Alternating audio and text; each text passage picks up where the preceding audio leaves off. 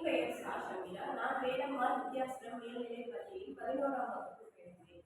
என் தலைப்பு முயற்சி. முன்னொரு காலத்தில் ஒரு ராணி இருந்தாள். அவள் அழகை தவிர்த்து வேறு எந்த தகுதியும் அவளிடம் இல்லை.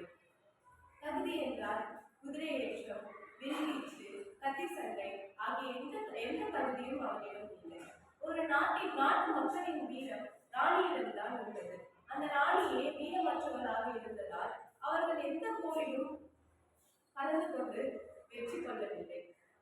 அவ்வாறு இருந்த ராணிக்கு மிகுந்த சோகம், ஏன் என்னால் முடியவில்லை என்று. அவ்வாறு இருந்த போது ஒரு நாள் அந்த ராணி கோவிலுக்கு சென்றார். அப்பொழுது கோவில் கருவறையில் இருந்த சாமி சிலையும் படிகளும் பேசிக் கொண்டிருந்ததை கேட்டார். சாமி சிலையை பார்த்து படிகள் கேட்டது, நான் உன்னை போன்ற ஒரு கல்தானே, ஏன் என்னை மிதித்து ஏறுகிறார்கள், உன்னை கைகூப்பி பணவுகிறார்கள். அதற்கு சாமி சிலை பதிலளித்தது, உன்னை சிற்பி 2 அடி அடித்தான், என்னால் முடியவில்லையே என்று உடைத்தாய், படியாதாய். ஆனால் நான் இந்த இடத்தில் நிற்பதற்கு என் மூக்கிற்கு 3000 அடி, என் பாதத்திற்கு 10,000 அடி, என் கைகளுக்கு 8,000 அடி வாங்கிக் கொண்டு உடையாமல் என் விடாமுயற்சியுடன் நின்றேன். அதில் கிடைத்த மரியாதை தான் இது என்று சொன்னது.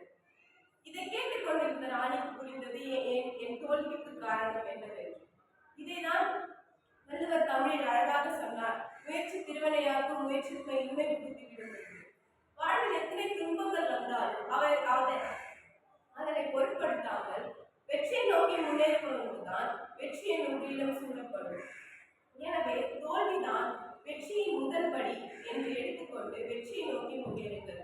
என்றைக்கும் உயர்ந்த மலையை கண்டு ஏற்றி விடாதீர்கள். முயற்சி செய்தால் மீது ஏறினால் அதுவும் உன் காலின் கீழ்தான் இருக்கும். என்றைக்கும் வெற்றியை நோக்கி முன்னேறுங்கள்.